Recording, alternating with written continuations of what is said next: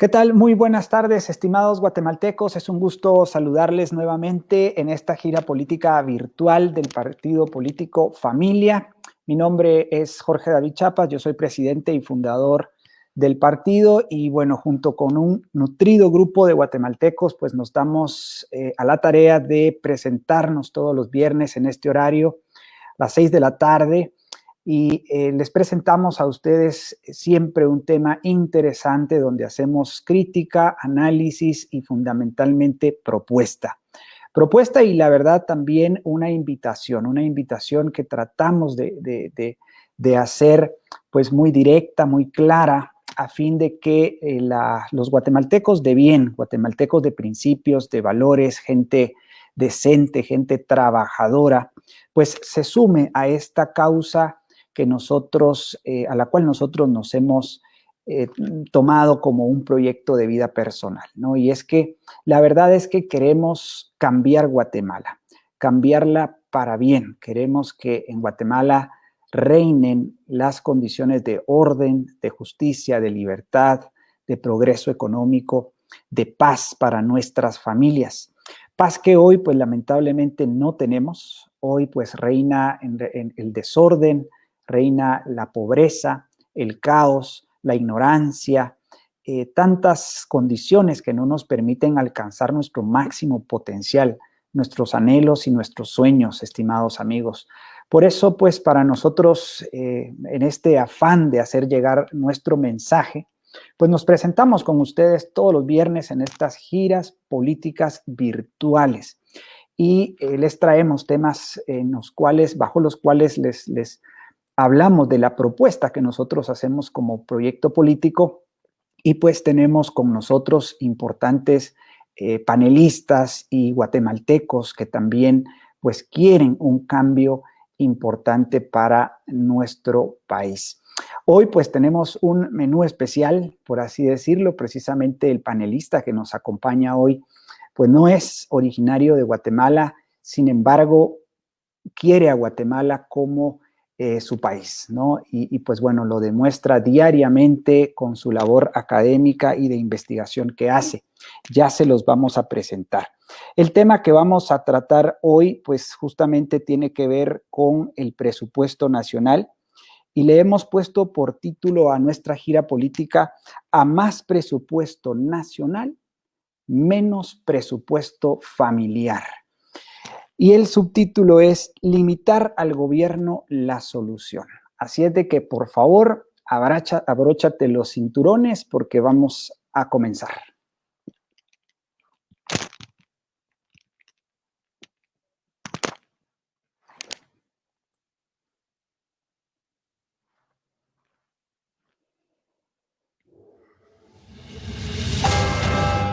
De establecer un sistema de reserva al 100%. Bueno, contabilizado. Estar aquí con ustedes, miembro fundador del partido Familia, y que por eso mismo tanta gente se va de nuestro país, se huye de nuestro país, se va a los Estados Unidos y se rompen las familias.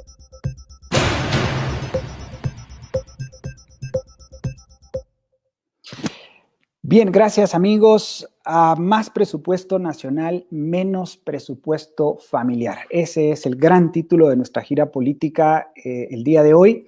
Y bueno, para eso nos va a acompañar nuestro amigo, el profesor y doctor en economía, Daniel Fernández. Dani, muy buenas tardes. ¿Qué tal? Qué gusto tenerte aquí con nosotros. ¿Qué tal, Jorge? El placer es mío.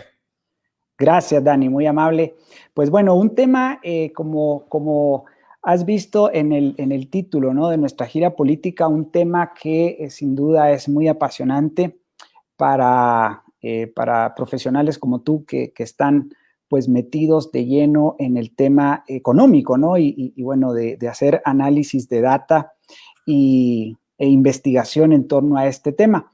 El objetivo de las giras políticas del proyecto Familia, Dani, pues de alguna manera es hacer crítica, análisis y sobre todo propuesta, ¿no? A fin de que los guatemaltecos conozcan pues de alguna manera un proyecto que quiere pasar de la opinión a la acción y tratar de llevar pues las buenas ideas al campo de la acción política en particular. Y hoy pues tenemos este tema, un tema que es sin duda muy importante en la coyuntura nacional, el presupuesto nacional que ya se está pues discutiendo en el Congreso de la República y que pues este mes va a ser un mes crítico, ¿no? Para su aprobación.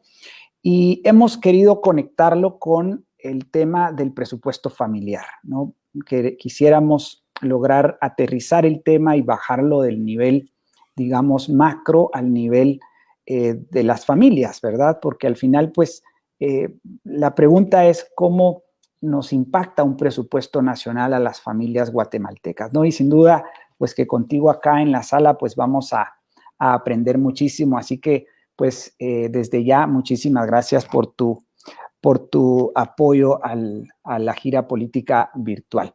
Y bueno, hemos preparado algunas preguntas que de alguna manera nos van a ir ayudando a analizar el tema. No sin antes referirle a nuestra audiencia que ya nos ve en directo por Facebook Live, a quienes pues les agradecemos, ya vamos a estar saludándoles ahí directamente. Los días viernes son publicados mis artículos en el diario Nuestro Diario y bueno, justamente el artículo que he publicado el día de hoy lleva por título Sobre el presupuesto de la nación y tiene un subtítulo que le he calado que dice por un presupuesto ilimitado, ¿no? Y bueno, hago ahí alguna referencia interesante sobre el devenir de cómo se han establecido los presupuestos en las últimas décadas, Dani. Y bueno, precisamente tal vez esa es la primera pregunta que te quisiéramos hacer. ¿Cómo ves tú la historia de los presupuestos en Guatemala? ¿Han sido crecientes o han sido estables? ¿Cómo ves esa realidad? ¿Cómo lo analizas, digamos, del pasado a la fecha, Dani? Bueno, pues otra vez, gracias, Jorge, por invitarme y la verdad de verdad que es un placer estar aquí con vosotros. Bueno, pues sobre el tema concreto no hay mucha duda, ¿no? Pues uno, pues si se va a ver los presupuestos que hay en el Ministerio de Finanzas o se va a ver efectivamente en el Vanguard también tiene esta información, pues es fácil llegar a ello, ¿no? Lo que tienes es un presupuesto creciente, todos los años creciente. En defensa también de, pues, un poco de Guatemala hay que decir que esto lo hace todo el mundo. Pero bueno, si todo el mundo se tira por una colina, no creo que tú también te tengas que tirar por una colina.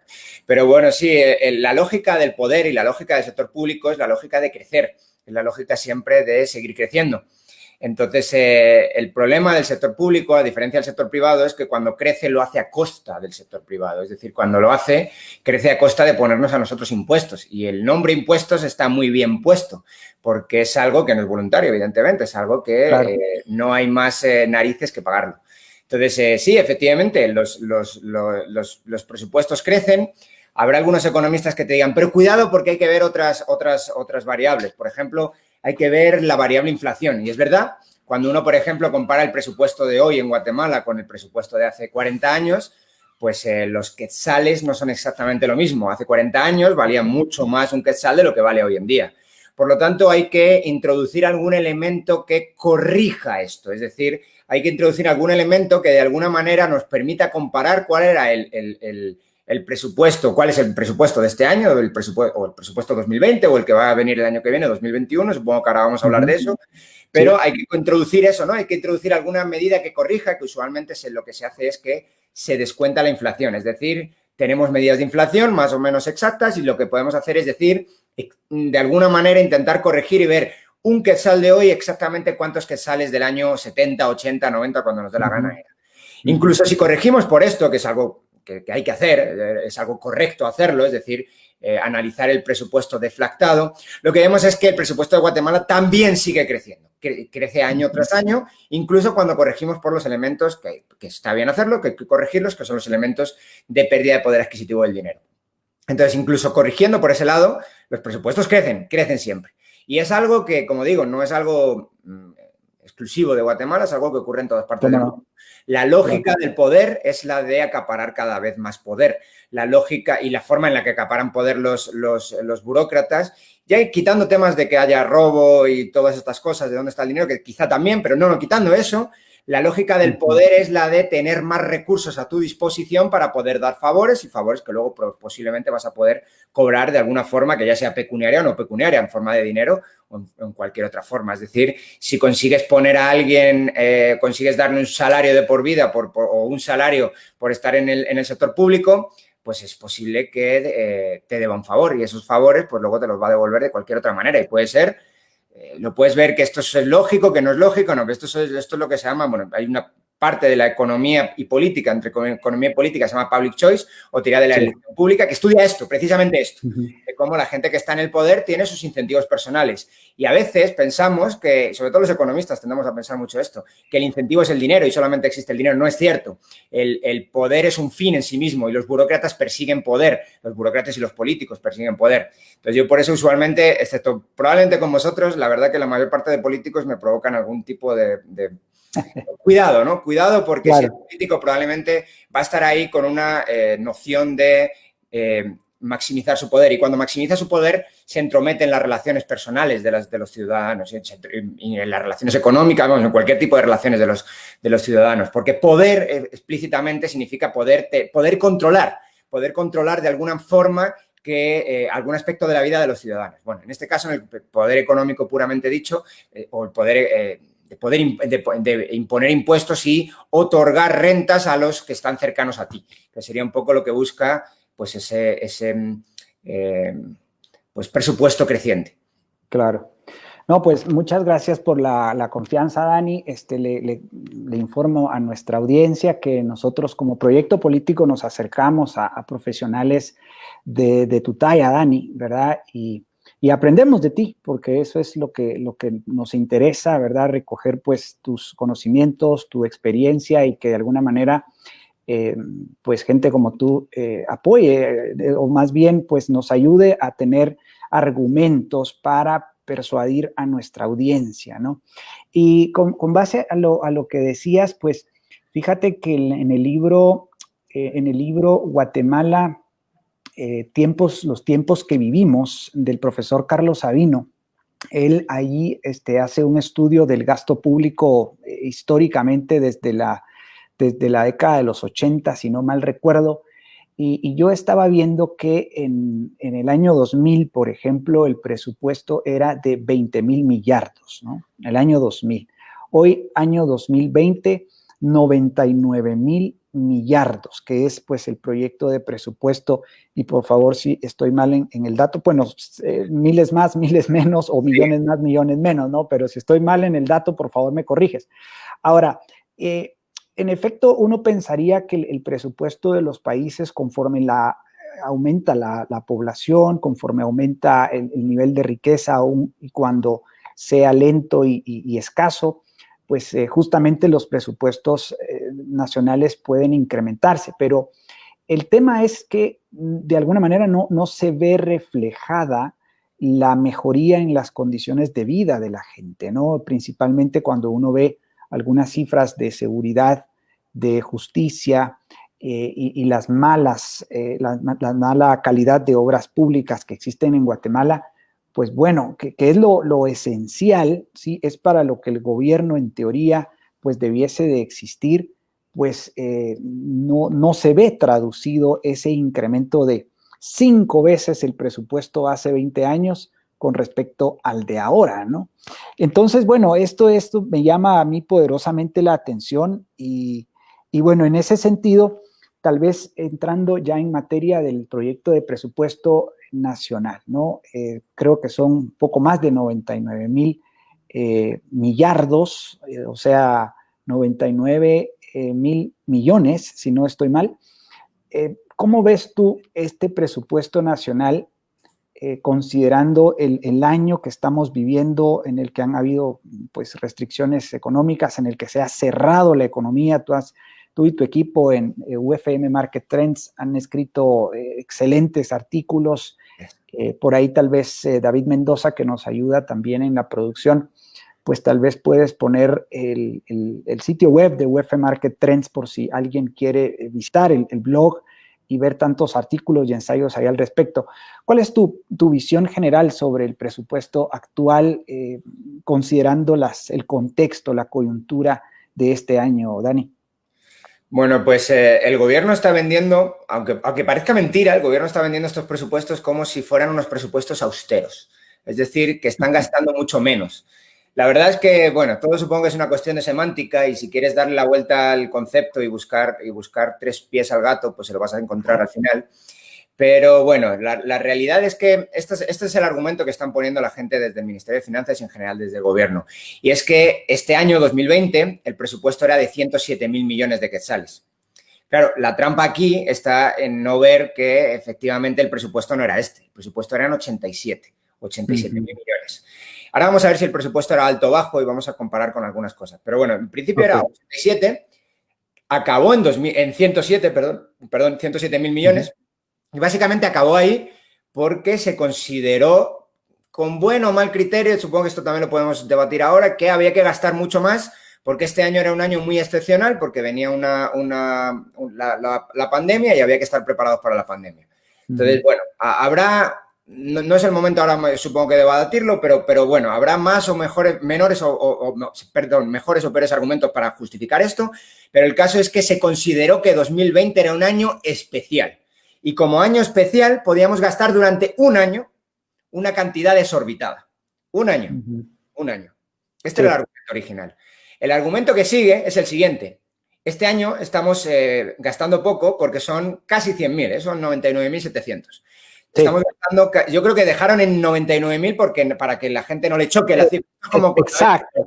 Es un tema puramente psicológico. Cuando ves una dices, esto cuesta 99,9 no, pero no cuesta 100, cuesta 99,9. Totalmente, claro. Puro marketing, sí.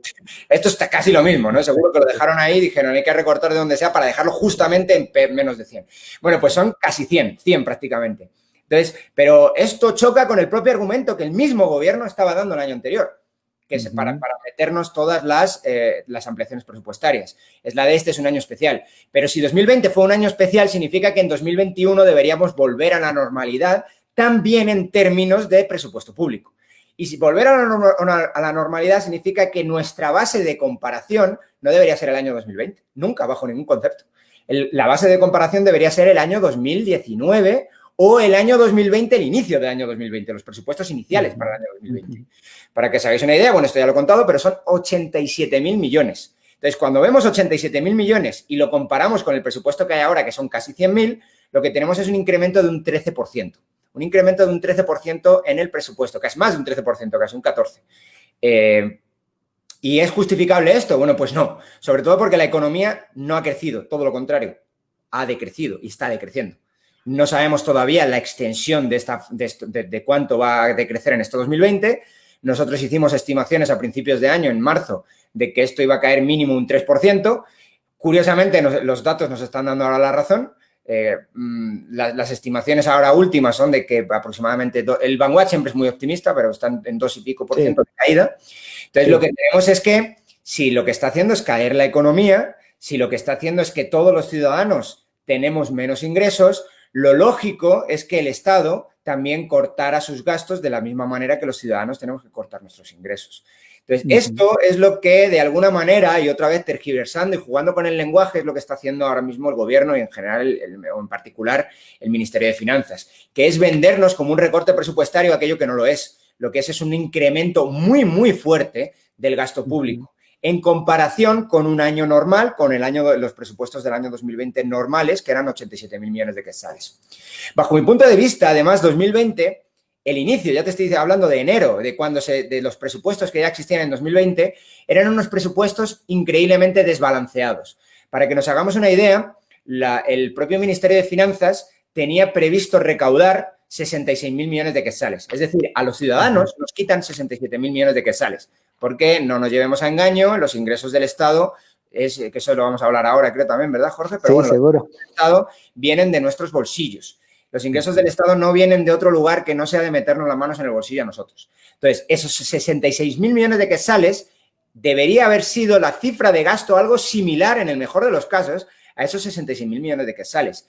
Recordamos, 66.000 es lo que esperaban recaudar. Van a recaudar mucho menos. Ahora vamos a dar alguna cifra de esto, ¿no? Alguna estimación que tengo yo. Pero bueno, esperaban recaudar 66.000 millones. Esperaban gastar 87.000 millones. Ya los presupuestos venían desbalanceados en una cifra astronómica, en una cifra de más de 20.000 millones de quetzales. Si tenemos en cuenta que los ingresos son 66.000, pues nos podemos dar cuenta de que pues aproximadamente por cada quetzal por cada 3 quetzales que se recaudan, 4 quetzales se gastan. Es decir, esto no es sostenible. Igual que no es sostenible, ninguna de nuestras economías es sostenible haciendo esto. Es sostenible haciéndolo un año, es sostenible haciéndolo 2 años, o es sostenible si estamos parasitando a alguien. No sé, si le estoy pidiendo a mis padres, a mi familia, todo el rato dinero. Si no, no es sostenible. Esto es completamente insostenible. Partimos de la situación en que 2020 ya era unos presupuestos insostenibles. Sí. Además viene la pandemia y nos dicen que es algo increíblemente, pues bueno, quizá tienen razón en que es algo que no se va a dar todos los años, por fortuna, ni es algo atípico. Claro. Pero también nos vendieron otros 20.000 millones más de gastos que no están en ningún lugar. Es que no aparecen, esos gastos no están. No podemos cobrárselos a nadie ahora mismo. Entonces tenemos un agujero de 2020 de 40.000 millones de quetzales, que en realidad es más porque, como os podéis imaginar, la recaudación fiscal se ha ido al suelo y tiene que cobrar el mundo de que se vaya al suelo, porque cuando las empresas no generan rendimientos, tienen que pagar menos impuestos. Entonces, esto es algo que evidentemente ha impactado mucho en los presupuestos públicos. Entonces, al final, ¿qué es lo que vamos a tener este año, en 2020? Un agujero de unos 40.000, 45.000 millones de quetzales, con unos ingresos de unos, pues eso, 60. No sabemos en cuánto se va a quedar, pero 60 si somos optimistas, o 61 si somos optimistas. Entonces, claro, lo que tenemos es una situación insostenible. 2020 es completamente insostenible. ¿Qué dicen los burócratas y qué piensan los burócratas? Y esto es el problema de analizar la economía y la forma en la que analizas la economía. La economía tiene, la mayor parte del tiempo, está plagada de no linealidades. ¿Qué significa estar plagada de no linealidades? Significa que yo hago algo y ese algo no tiene una consecuencia directa, tiene una consecuencia indirecta. Tiene una consecuencia que usualmente ocurre después de un cierto periodo de tiempo y sobre todo ocurre después de que has abusado de alguna manera de alguna de las o has extendido demasiado alguno de los elementos económicos. En este caso es el déficit. El déficit no ha pasado nada grave este 2020. ¿Qué ha pasado? ¿Se ha disparado la inflación? Ya se empieza a estar disparando, curiosamente. Agosto ya fue un mal mes para la inflación. Pero no hemos visto una hiperinflación, no hemos visto, por ejemplo, que se cierren los mercados internacionales para Guatemala. Al contrario, Guatemala se financia barato en los mercados internacionales. Entonces, ¿qué es lo que están diciendo ahora mismo la mayor parte de burócratas en el gobierno, bueno, o políticos en general en el gobierno? Esto es como, podemos seguir haciéndolo si no pasa nada. Entonces, esto es como, quizá un buen símil, es como uno agarra una goma y tira de la goma, y tira de la goma, y tira de la goma. Y dicen, mira, si no pasa nada, y tira, y tira, y tira, hasta que la goma se te rompe en la cara. Esto es lo que significa una no linealidad en economía. Y esto es lo que estamos viviendo ahora mismo. Estamos estirando la goma. La pregunta es hasta dónde vamos a poder estirar la goma sin que se rompa. La verdad es que quien te dé una respuesta no la tiene, no la sabe, es mentira. Ningún economista sabe esto. Lo que sabemos es que si seguimos estirando, que esto es lo que decía Hayek, ¿no? Hacer predicciones de tendencia. Si seguimos estirando, nos va a romper en la cara la goma. Lo que no sabemos es cuándo exactamente. No podemos calcular con exactitud cuánto podemos estirarla sin que se rompa. Entonces, ahora mismo los burócratas se sienten probablemente, pues todopoderosos. Mira, hemos gastado una barbaridad, nos llevan diciendo años que esto no es algo bueno para hacer, que se pone en peligro la estabilidad macroeconómica del país. Guatemala más o menos ha seguido unas políticas relativamente, aquí es todo muy matizable, evidentemente, pero ha seguido unas políticas de contención de deuda pública relativamente conservadoras. Relativamente. Es que me cuesta decir esto, ya me conoce Jorge, ¿no? Porque a lo mejor comparado con Argentina somos relativamente mejores. Claro. Esto tampoco significa que seamos un ejemplo a seguir. Pero bueno, en cualquier caso ha sido así. El Vanguard también. El Vanguard ha sido, probablemente es una de las partes del sector público que mejor funciona. Cada vez que el sector público tiene alguna presión para monetizar deuda pública, es decir, para venderle deuda pública al Banco Central y que el Banco Central expanda la cantidad de dinero en base a esta deuda pública, el Vanguard usualmente se opone.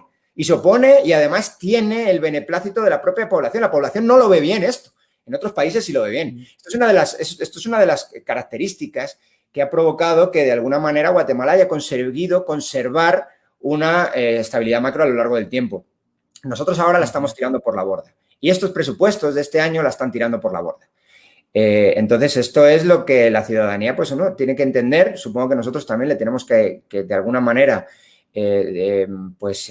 informar a la ciudadanía de que esto está ocurriendo y que sean ellos, la verdad que nosotros no vamos a hacer nada, que sea la propia ciudadana, los propios electores, la propia gente que eligió a este gobierno la que diga, no, por ahí no, lo que vas a conseguir es romper la estabilidad macroeconómica de Guatemala, que si bien no ha sido útil para destruir la pobreza, sí ha sido útil para dejar de generarla.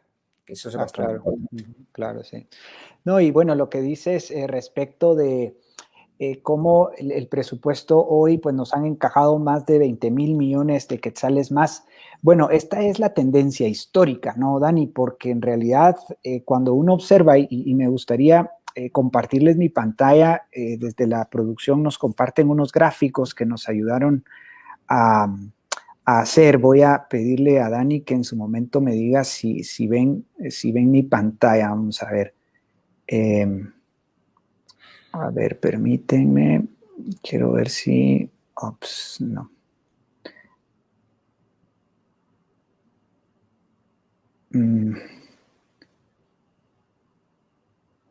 Ok, permítanme. Quiero mostrarles una en Facebook.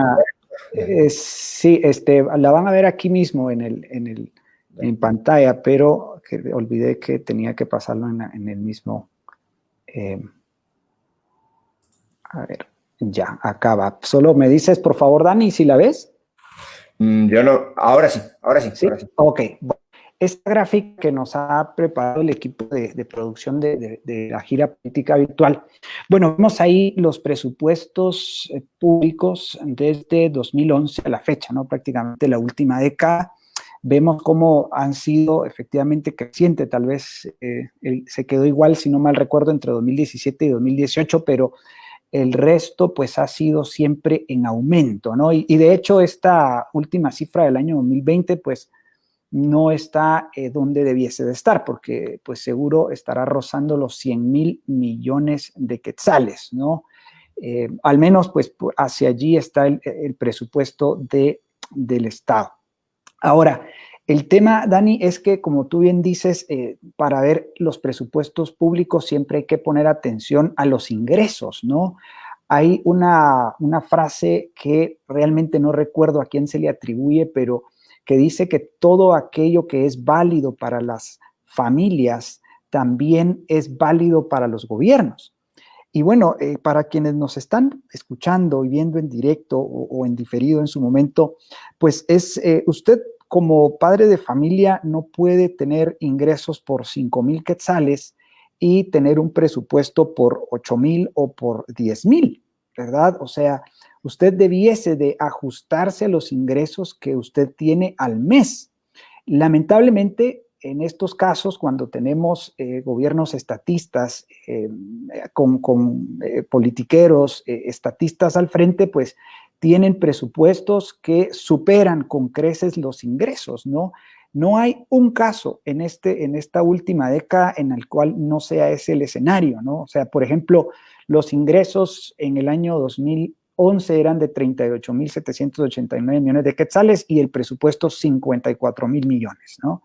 En 2019, 64,000 millones de quetzales versus 87,715. Y entonces vemos esta cifra, y aquí quería ver el tema de la deuda, ¿no? Vemos en las barras azules el presupuesto, cómo ha venido creciendo en los últimos años, los ingresos, que de alguna manera crecen, pero no en la misma proporción, y la deuda, que pues bueno, es una deuda importante. Hay un ligero incremento del año 2016 al 2017, 2018 y luego al 2019. Entonces, bueno, con estas cifras lo que yo quería mostrar, no sé si ya dejé de compartir mi pantalla, Dani. Sí, ¿verdad? Ok. Pues con estas cifras lo que yo quiero mostrar es que de alguna manera ha existido esa tendencia, ¿no? A tener presupuestos muy por encima de los ingresos que tiene el gobierno. Y bueno, este año ha sido un año, como tú bien has dicho, un año atípico por el asunto de la pandemia del COVID-19 y esto ha sido tomado de pretexto para querer endosarnos un presupuesto aún mayor, que como bien dices, pues van a tener que acudir a más impuestos, ¿verdad? Y eso pues va a golpear definitivamente la productividad y la creación de empresas, la apertura de negocios, de fábricas, etcétera. ¿De qué manera impacta esto a las familias, Dani? O sea, cuando tú hablas de inflación, tal vez si le traducimos a la gente con algunos ejemplos o en palabras más sencillas, ¿cómo le impacta en su presupuesto, en su bolsillo, Dani? Bueno, pues esto la verdad que es uno de los puntos también usualmente bastante incomprendidos, porque otra vez, entre que el gobierno hace una barbaridad y entre que te impacta a ti, dependiendo del tipo de barbaridad muchas veces, pero bueno, Claro. entre que el gobierno hace una barbaridad y te impacta a ti también hay un periodo de tiempo. Esto es uno de los problemas graves, ¿no? De por qué las políticas usualmente no suelen ser no suelen estar muy bien informadas. Y es que, básicamente, si tú haces una política buena hoy, este gobierno hiciera una política muy buena hoy, el que recoge los beneficios de esa política usualmente no es este gobierno, va a ser el siguiente. Entonces, que me cargo ahí. Sí, Moví mi pantalla, bueno, mi cámara, perdón. Bueno, entonces, de milagro no se cayó. Bueno, entonces, al final, si de alguna manera va a impactar, ¿cómo va a impactar toda esta deuda pública? Bueno, pues va a impactar de varias maneras. La primera es, ¿cómo la vamos a pagar? Es decir, ¿cómo se va a financiar esta deuda pública? Lo normal es que cualquiera de nosotros, cuando va a pedir un préstamo al banco, se le diga lo siguiente, se le diga, si puedes ingresar más en el futuro de lo que vas a gastar, es lógico que te dé un préstamo porque vas a ser capaz de devolver este préstamo. ¿Vale? claro. Esta es la idea principal de cualquiera de nosotros cuando va al banco, pues no sé, por ejemplo, si se tiene una empresa para expandir las actividades de la empresa, ¿no? Porque pues expandir la actividad de la empresa significa que va a haber un mayor ingreso, ese mayor ingreso te va a permitir pagar el préstamo. Si, por ejemplo, lo que tienes es simplemente quieres comprar una vivienda, un trabajador quiere comprar una vivienda y lo que está diciendo es, bueno, pues yo no tengo el dinero ahora para comprarla, pero durante todos los siguientes años, pues no voy a tener que pagar la renta, no voy a tener que pagar el alquiler. Entonces, eso es un ingreso extra que voy a tener. De hecho, los economistas hasta la llaman renta imputada, ¿verdad? Que es la renta que ganas por no gastarla al tener una vivienda, ¿no? Entonces, de esta manera, el banco hace también, y también tú deberías hacerlo, evidentemente, hace un esquema temporal y un esquema financiero y dice, bueno, ¿va a ser capaz de devolver la deuda o no con los ingresos que está generando? Para los estados, el principio es exactamente el mismo. Los estados es, bueno, ¿va a poder devolver esta deuda o no va a poder devolver esta deuda? Y en principio los estados lo que cuentan es con lo siguiente, es que los ingresos suyos van a crecer porque la economía crece.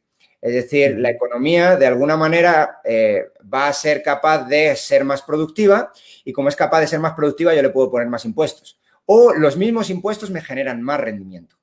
Es decir, si no toco, por ejemplo, el ISR a empresas, pues me va a generar una utilidad de un 25%. Pero claro, si el año que viene la empresa genera el doble, pues qué bien, porque a mí me genera el doble impuesto. De hecho, tanto es así que en algunos círculos financieros se le llama, al Estado se le llama el socio invisible.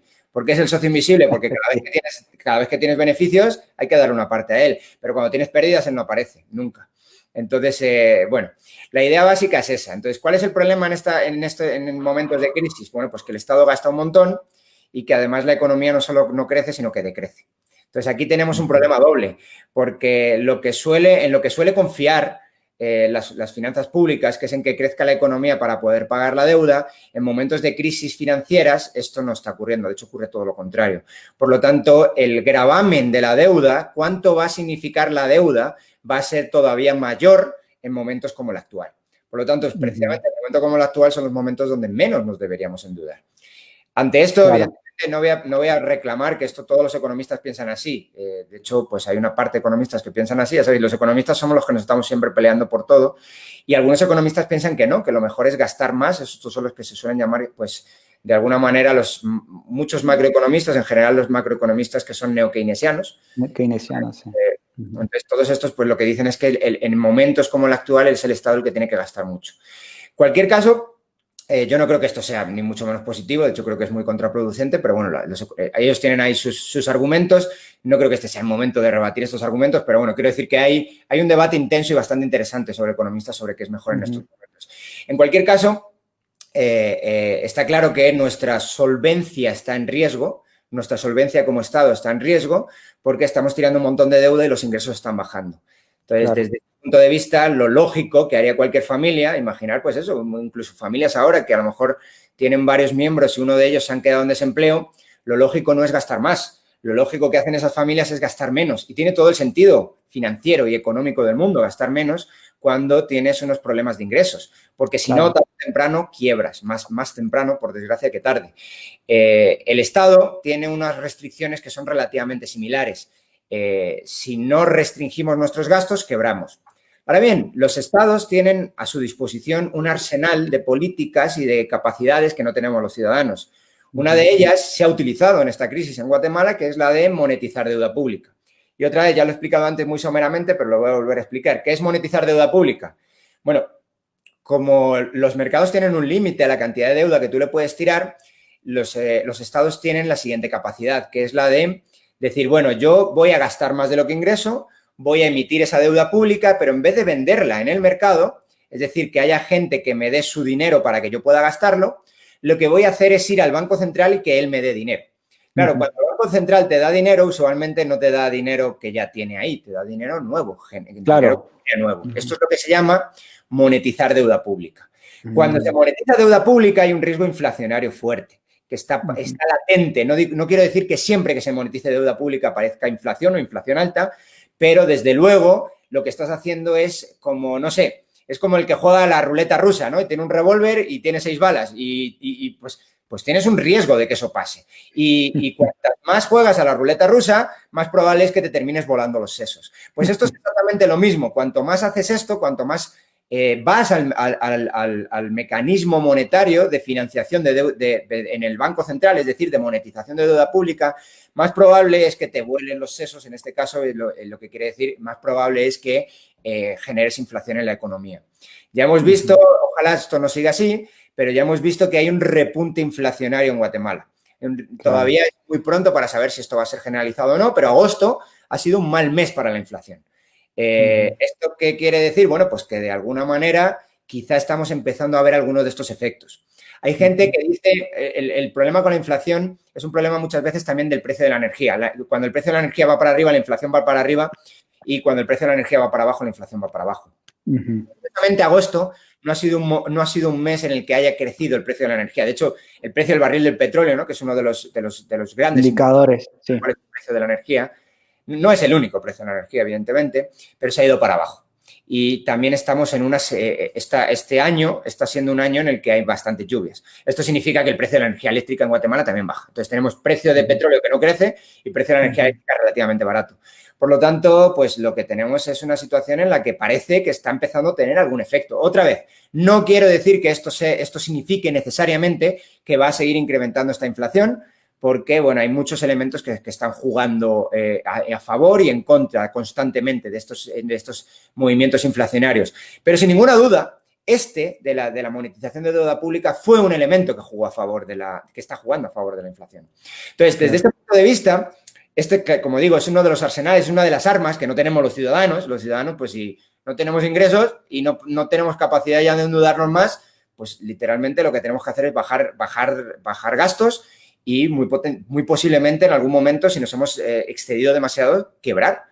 Los estados pues tienen la capacidad de hacer esto con los bancos centrales. Es una de las razones, no para tener bancos centrales, sino todo lo contrario, es una de las razones para eliminar el Banco Central y dolarizar la economía. Ya sé que vosotros tenéis como propuesta el patrón oro y eso creo que es un debate un poco largo también, pero bajo mi punto de vista, ahora mismo en el corto plazo lo mejor es dolarizarte básicamente porque el mundo se mueve en dólares. Es Claro. posible que a largo plazo sea mejor un patrón oro, pero bueno, aquí hay quizás demasiados detalles, ¿no? Definitivamente, ¿no? Y la verdad es de que lo que quisiéramos, Dani, es que esta sea pues la primera vez en la cual tú participas con nosotros, la primera de muchas, ¿no? Y quisiéramos invitarte a muchas otras giras políticas para seguir bregando en estos temas.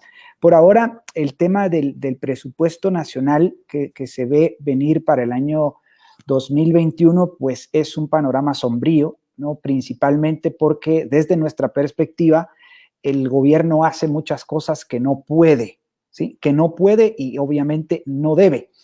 El gobierno se mete a fomentar la agricultura, a tratar de preservar el medio ambiente, a generar energía, a educar a los chicos, o entre comillas, ¿no? Obviamente, a tratar de curar a los enfermos, a ofrecer conciertos, a ofrecer, promover el deporte, a fijar salarios y a regular toda la economía, ¿no? Que son funciones que a los gobiernos no les corresponde.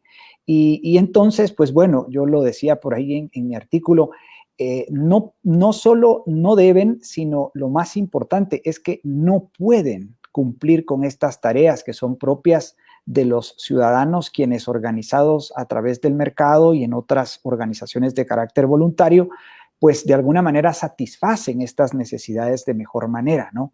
Y yo lo decía por ahí con una analogía algo interesante, ¿no? A mí me pareció interesante y como yo sé que te gusta el fútbol, Dani, pues te la lanzo ahí. Esto es como pedirle a Messi que se ponga a tocar violín, ¿no? No va a poder, por mayor entusiasmo que tenga Messi. Messi nació para tocar el balón, para jugar al fútbol y se supone que eso es en lo que es experto. Y bueno, es ampliamente demostrado que es experto en eso, ¿no? Pero los gobiernos se ponen a hacer un montón de actividades y de tareas que no les corresponden. Y en principio, pues desde familia sostenemos que los gobiernos deben de ser limitados a sus 3 funciones propias. Nosotros consideramos que son la seguridad, la justicia y la gestión de algunas obras de infraestructura pública, nada más, ¿no? Única y exclusivamente. Si fuese bajo un sistema como ese, pues el presupuesto estaría fijado en función de un impuesto único, universal y uniforme, que es lo que nosotros proponemos, Dani, tú pues conoces muy bien nuestra propuesta y precisamente hacia allí quiero conducir la conversación. Hablemos un poco de impuestos, ¿no? Porque es importante y tal vez vincularlo de una vez con el tema de la informalidad, porque hay mucha gente que se pregunta, bueno, pues yo estoy en la informalidad, no tengo facturas, realmente a mí no me importa el tema del presupuesto o el tema de los impuestos. Pero tú has hablado reiteradamente de la inflación y si me corriges, por favor, la inflación es el peor de los impuestos, ¿no? La gente puede no facturar, puede no pagar impuestos en la SAT, pero los impuestos, la inflación, que es el incremento generalizado en el nivel de precios de artículos y servicios, pues ahí lo tendrás que pagar. Cuando vas al mercado, cuando vas al súper, vas a sentir, a percibir que el billetillo de a 100, de 50 que llevabas, pues no te alcanza para la misma cantidad o calidad de artículos, ¿no, Dani? Entonces, ¿qué le podríamos decir a la población en términos de impuestos y en términos de la informalidad? ¿Cómo analizas tú este tema? Es pregunta complicada. En tema de la inflación, que quizás es el más rápido de explicar, la inflación se considera que es un impuesto oculto. Porque es un impuesto oculto, de hecho hay algunos que lo llaman señoreaje. La inflación es el beneficio que tiene el que emite moneda. Hay una palabra muy bonita en español para la fábrica de la moneda, ¿no? Ahora que estaba de moda esta serie española también, la de, no me acuerdo cómo se llama, pero bueno, la fábrica de papel. No. La fábrica de papel que ocurre en la Casa de la Moneda en España. Quiero que sepáis que cuando pues esta parte de las Américas era parte de España, había una ceca aquí, que es la palabra para la... Sí. Que era la ceca real y que, bueno, en Guatemala tenía una, México tenía otra, Perú tenía otra y que tenían su Casa de la Moneda en Guatemala. Claro. Una Casa de la Moneda en Guatemala, eso es interesante. Bueno, me estoy yendo del tema puramente por por este pequeño desvío. Pero bueno, en cualquier caso, el que tiene la ceca, el que tiene la capacidad de hacer moneda, tiene la capacidad de alguna manera también de explotar esa capacidad de hacer moneda. En general, históricamente, cuando las monedas eran de metales preciosos, lo que hacía el dueño de la ceca era lo siguiente, lo que hacía era ir reduciéndole poco a poco la cantidad de oro o plata, o si eran de bronce, bronce, que tenían las monedas. Entonces, circulaban monedas con menor cantidad de oro y plata. Sin embargo, el momento en el que hace la ceca lo gasta, lo utiliza, lo expande por la economía, los precios todavía no han subido.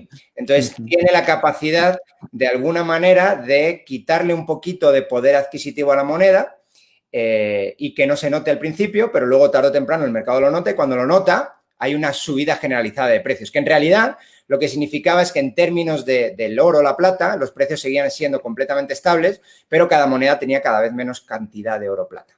Oro, plata, o ya te digo, o quisiera algunas monedas pequeñitas, a veces de cobre o de alguna otra aleación.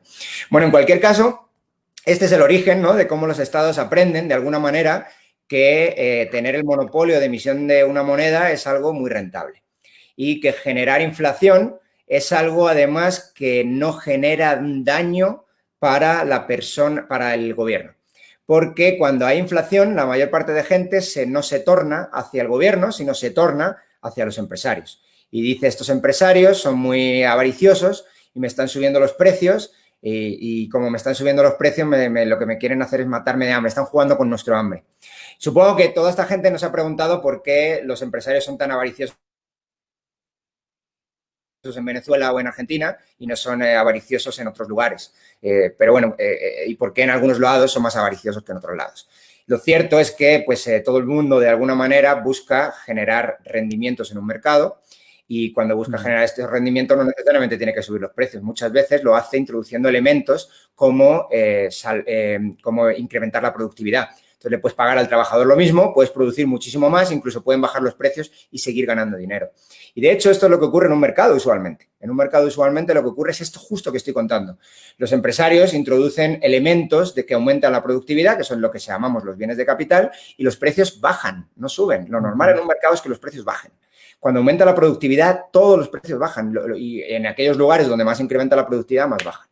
Bueno, en cualquier caso, nosotros ya nos hemos acostumbrado, todo el siglo XX ha sido un siglo inflacionario, algunas veces más rápido, otras veces menos rápido, y ya en la psique colectiva tenemos que hay inflación todos los años y no nos preguntamos muy bien ni siquiera por qué. Y lo cierto es que ocurre básicamente porque tenemos gobiernos que están haciendo uso de su prerrogativa, tenemos gobiernos que están haciendo o que están de alguna manera, no sé si me he quedado congelado. La imagen se quedó congelada, a ver. Sí, bueno, no sé si me oís. Sí, te escucho, pero sale, ahí está, ya te veo, ahí está. Sí, ya te vemos. Creo que es un problema de la conexión. Bueno, en cualquier caso, por hacerlo corto, además así me corto un poco a mí también, ¿no?, de mis explicaciones. No, está bien. La idea básica es que el gobierno hace uso de esa prerrogativa y es una forma de ponernos impuestos ocultos. Nadie o muy poca gente le echa culpa directa al gobierno de cuando suben los precios. Sin embargo, la culpa directa en el 99% de los casos, cuando suben los precios, es de los gobiernos o de los bancos centrales, que son un apéndice más del gobierno. Así Entonces, es. desde este punto de vista, bueno, pues claro que le afecta a todo el mundo, hasta el más pobre. De hecho, sabéis que la inflación es el impuesto que más, es el impuesto más regresivo que existe. Es el impuesto que más afecta a la población pobre. Básicamente porque, bueno, en Guatemala la verdad que esto es muy divertido porque se puede enseñar muy fácil. ¿Cuál es la moneda de la gente con menos recursos? Es el quetzal. ¿Cuál es la moneda de la gente con más recursos? Es el dólar. ¿Cuál tiene más riesgo de inflación y ha tenido más riesgo de inflación a lo largo de la historia? El quetzal. ¿Quién tiene más quetzales? La gente pues, con menos capacidad o poder adquisitivo.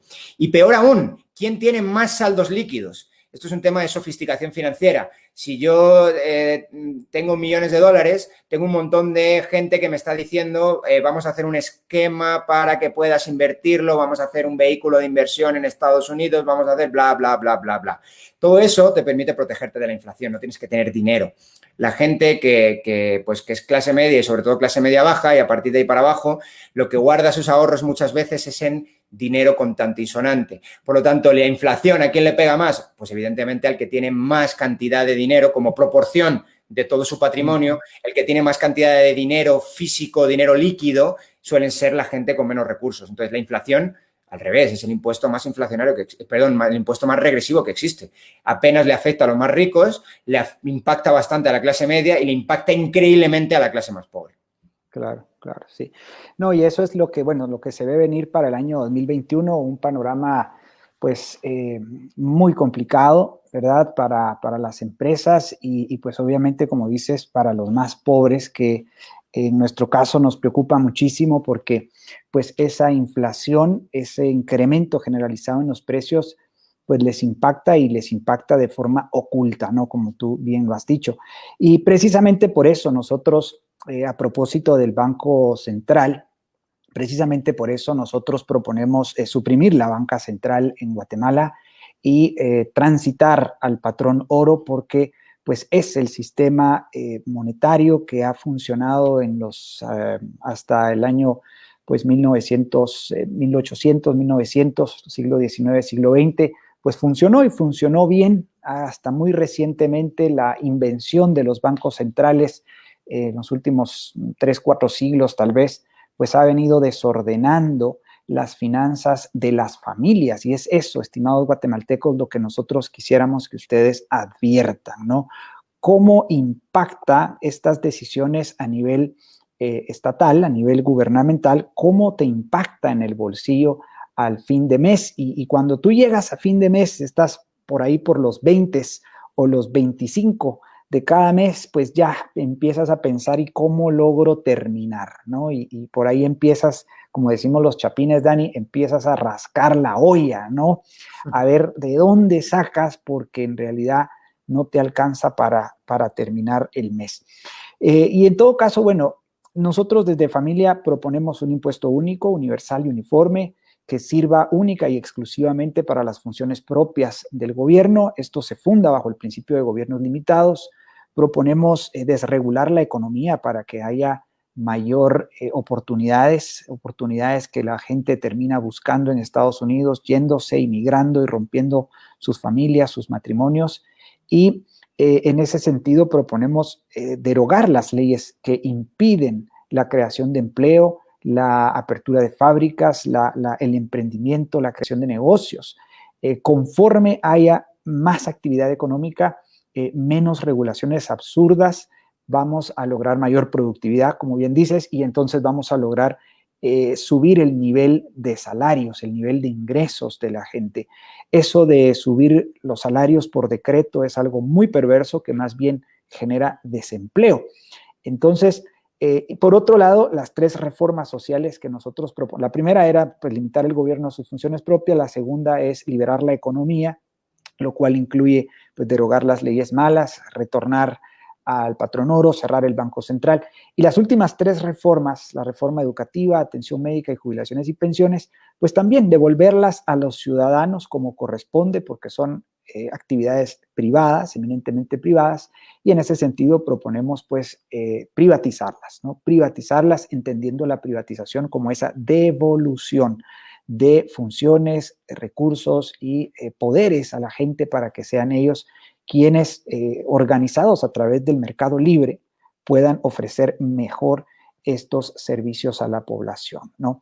Entonces, bueno, Dani, le damos un saludo muy cordial a nuestra audiencia el día de hoy, Estuardo Palacios, Edwin Estuardo Guzmán, Claudia Cacao, Jonathan Asensio, Leonel Villatoro, el licenciado Freddy Asensio y también Juan Antonio Herrera, entre otros. Muchísimas gracias, amigos, por estar en sintonía.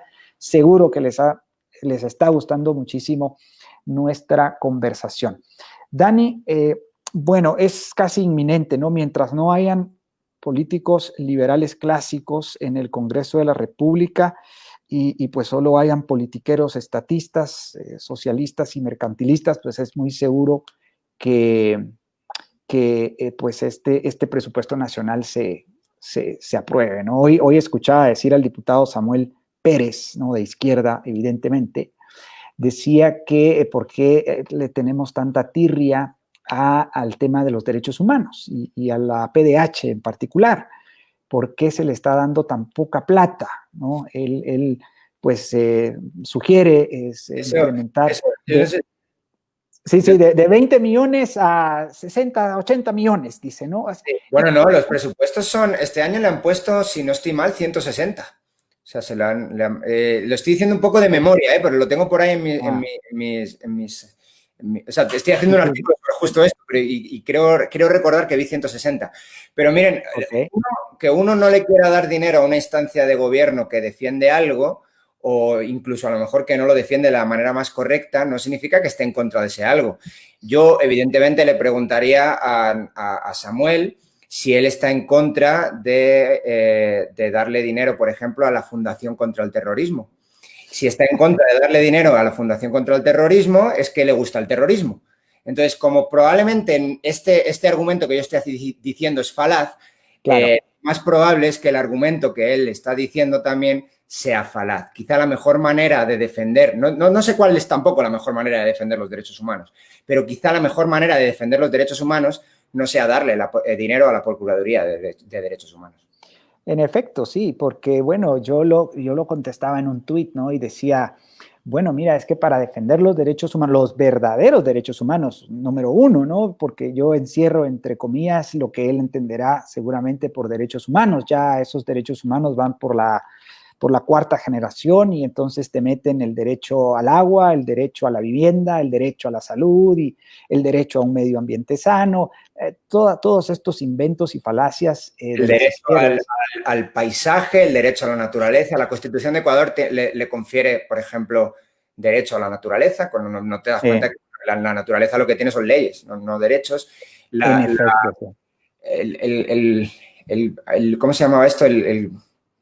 Una especie de protoconstitución en Cataluña, que no era una constitución, pero tiene un nombre que ahora no me sale. Tienes un derecho al paisaje. Bueno, ¿qué es el paisaje? O sea, la forma de definirlo es increíblemente difícil. Entonces, tenéis toda la razón del mundo. Los derechos humanos, y a esto hay que analizarlos en función de una división que hacía Isaiah Berlin, que son los derechos positivos y los derechos negativos. Es decir, un derecho negativo es un derecho que puede ser simétrico. Es un derecho de yo no voy a molestar a Jorge, Jorge no me va a molestar a mí. Es simétrico. Claro. Nosotros tenemos un derecho y una obligación. Mi obligación es no molestar a Jorge, el derecho de Jorge es no ser molestado y viceversa. Cuando tenemos derechos positivos, que son derechos de hacer, derechos de obligaciones de hacer, por ejemplo, Jorge tiene derecho a una casa. Si Jorge tiene derecho a una casa y aquí somos dos personas, significa que Dani tiene obligación de darle una casa a Jorge. ¿Vale? Entonces, a ese derecho no puede ser simétrico o es muy difícilmente simétrico. Los derechos de primera generación, que se llaman de primera generación, aunque vienen desde los escolásticos españoles del siglo XVI, los derechos humanos de primera generación que pone la ONU en su declaración inicial son derechos, en su mayor parte, derechos negativos. Es algo contra lo que nadie puede estar de acuerdo. Y es algo que está en la esencia. Si alguien ha luchado históricamente por esos derechos, son los liberales clásicos. Si alguien somos los que tenemos que estar orgullosos de tener una tradición que durante siglos ha dicho yo estoy con los derechos humanos, somos nosotros. Entonces, yo no me dejaría quitarme, como está ocurriendo mucho, la bandera de los derechos humanos y que la tengan otros, porque lo que están pidiendo otros no son derechos humanos, están pidiendo privilegios humanos, están pidiendo que esclavizar a una parte de la población para darle bienes materiales a otra parte de la población, y eso no es un derecho, eso es un privilegio que están utilizando unos políticos para simplemente confrontar a diferentes capas de la población. Claro, no, y en este caso en particular, bueno, entendemos que las cortes y los jueces son quienes en primera instancia debiesen de proteger esos derechos humanos, ¿no? Los derechos humanos bien entendidos, los que nosotros desde familia nos proponemos resguardar, el derecho a la vida, el derecho a las libertades en general y el derecho a la propiedad privada, ¿no? Y entonces, bueno, ves este tipo de posicionamientos, ¿no?, de las izquierdas en el Congreso de la República y una derecha ausente, ¿sí?, una derecha propositiva, una derecha liberal clásica, una derecha no mercantilista, pues prácticamente ausente en el Congreso de la República. Entonces, pues lo que ves, pues es un escenario donde no hay contención y mucho menos una propuesta audaz, completa, auténticamente liberal clásica y radical, ¿no? Como por ejemplo reducir a uno solo los impuestos, a una tasa uniforme y a ser pagados por todo el mundo igual, ¿no? Que es lo que nosotros proponemos. Claro, está sobre la base de un gobierno limitado a estas 3 funciones propias que nosotros circunscribimos a únicamente 7 ministerios y no los 13, 14 que actualmente existen en Guatemala. Pero bueno, Dani, el tiempo pues se nos ha consumido de a poco. Creo que hay mucho tema todavía que compartir contigo y quisiéramos ahí comprometerte públicamente a que nos acompañes en una próxima gira política y próximas giras políticas. Te cuento que vamos a estar tratando mucho el tema de la reactivación económica. Y yo sé que es uno de tus temas. Insisto a toda la audiencia, por favor, visiten el blog de UFM Market Trends. El profesor Daniel Fernández junto a sus colegas Olav Dirk Matt y hay otro joven que por ahí escribe, José Álvarez, también entiendo yo. José Álvarez Cabrera, sí. Sí, muy bueno. Muy buen, es un chico muy joven, con muchas ganas y además con un intelecto privilegiado. Entonces si fuera vosotros, me invitaría. Sí. En efecto, sí, de hecho él tiene un artículo que recién estoy leyendo, Dani, que se llama Lo que todo guatemalteco debería saber de su economía en el año 2020, ¿no? Por supuesto que este artículo fue escrito en julio, o sea que ya tenía algunos datos pandémicos, por así decirlo, ¿no? En todo caso, Dani, vamos a estar tratando el tema de la reactivación económica. Le dejo desde ya un dulcito a la audiencia, empezando a cuestionar el término reactivación, ¿no? Porque pareciera para los politiqueros que la economía venía activada, estaba ya activada, pujante, rebosante, y estábamos pues en una bonanza, ¿verdad? Y ahora pues hay que reactivarla. Nosotros creemos más bien que hay que activar la economía, ¿no? Porque en realidad esta situación económica, tanto a nivel macro como a nivel micro, que es lo que realmente nos debiese de interesar, pues viene de mal en peor. Entonces, estas semanas próximas vamos a estar tratando ese tema y seguro pues nos encantará que nos acompañes para comentarlo, para discutirlo, ¿verdad? Siempre con el ánimo pues de ser este proyecto político que tiene una propuesta muy, muy concreta, ¿no? Entonces, Dani, pues te dejo un tiempo para que puedas dar tus conclusiones, quizás quieras hacer alguna invitación o referir algún artículo o algo para nuestra audiencia, Dani. Bueno, nada, lo único es, pues al final, lo que funciona, en términos económicos al menos, pues es una receta muy antigua y es una receta que sabemos que funciona y es la de pues, dejar los mercados más libres posibles, tener un Estado que hace muy pocas funciones pero que las hace muy bien, que es pues quizás todo lo contrario, que intenta hacer, el Estado de Guatemala intenta hacer demasiadas cosas y por desgracia la mayor parte de ellas no las hace demasiado bien.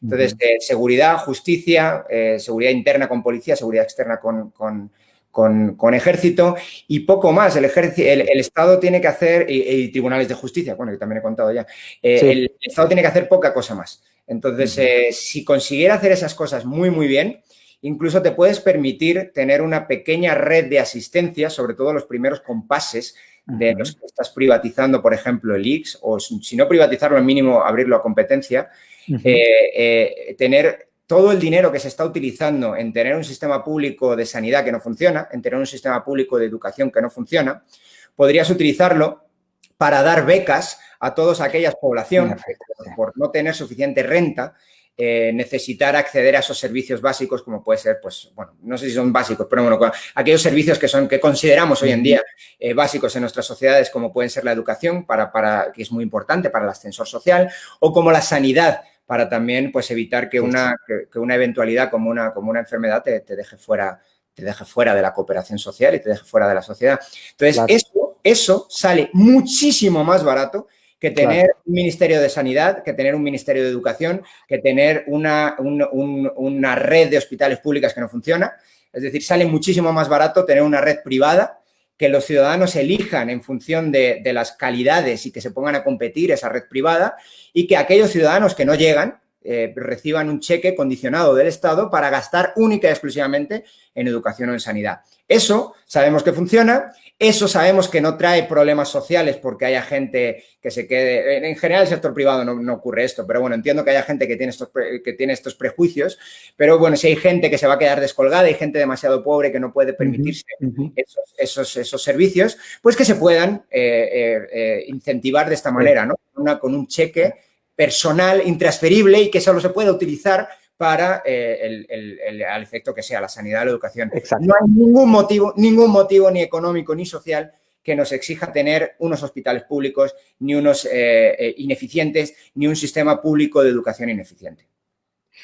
Excelente, Dani. Muchísimas gracias por esa nota que haces al final, porque, pues bueno, me da pie para recordarle a nuestra audiencia y para informarle de que justamente nuestras últimas 3 reformas sociales en educación, atención médica y jubilaciones y pensiones efectivamente contemplan eso que tú propones, ¿no? Un voucher, un bono, no como el bono familia, del cual los politiqueros se aprovechan con un gran nivel de clientelismo político, sino en realidad un voucher, un bono o un cheque, como tú bien le llamabas, en educación, en atención médica y en jubilaciones y pensiones para que las personas más pobres y solo mientras lo sean puedan canjearlo en aquellas entidades privadas o privatizadas, ¿no? Privadas o privatizadas, y puedan tener la libertad de elegir la educación para sus hijos, dónde curar sus enfermedades, dónde invertir sus ahorros. Efectivamente, Dani, buenísimo que lo hayas puesto sobre la mesa porque me das la oportunidad de